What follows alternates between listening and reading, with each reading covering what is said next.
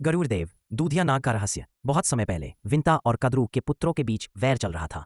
नागों की कपट नीति सभी को पता थी, पर एक बार उन्होंने ऐसा छल किया जिसकी जानकारी बहुत कम लोगों को है और जिसे गरुड़देव ने अकेले ही उजागर किया। कहानी। एक दिन कद्रू के नागों ने संसार को भयभीत करने के लिए एक दूधिया नाग बनाया। एक ऐसा विषधर जो चमकते सफेद रंग का था, जिसकी त्वचा चांदनी की तरह रोशनी छोड़ती थी और जो देखने में अत्यंत सुंदर लेकिन अत्यंत घातक था। लोग दूर से उसकी चमक देख उसे दिव्य या शुभ समझ लेते थे, पर असल में वह छल का जाल था। दूधिया नाग का आतंक। रात में वह चमकते हुए खेतों में जाता, पशुओं को डसता और गायब हो जाता। लोग उसे देवदूत समझकर पूजा करने लगे। नागों का उद्देश्य था लोगों में भ्रम फैलाना और अपना प्रभाव बढ़ाना। सब देवता चिंतित थे, पर कोई उसके रहस्य को पकड़ नहीं पा रहा था। गरुड़देव का संकल्प। जब यह बात गरुड़देव तक पहुंची तो उन्होंने कहा, अंधकार कितना ही चमकदार क्यों न लगे, सत्य की दृष्टि से छिप नहीं सकता। उन्होंने आकाश से पृथ्वी का निरीक्षण शुरू किया।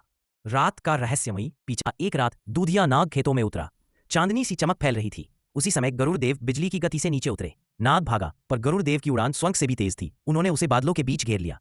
भेद खुल गया। गरुड़देव ने अपने दिव्य नखों से उसके चमकदार शरीर का एक हिस्सा फाड़ा और रहस्य खुल गया। वह असली दिव्य जीव नहीं था, उसकी चमक नागों द्वारा बनाई गई एक विषैली परत थी, जो चांदनी में तेज जगमगाती थी। गरुड़देव बोले, सत्य को दिखावा नहीं चाहिए, जो क्षण से चमकता है वह क्षण भर ही टिकता है।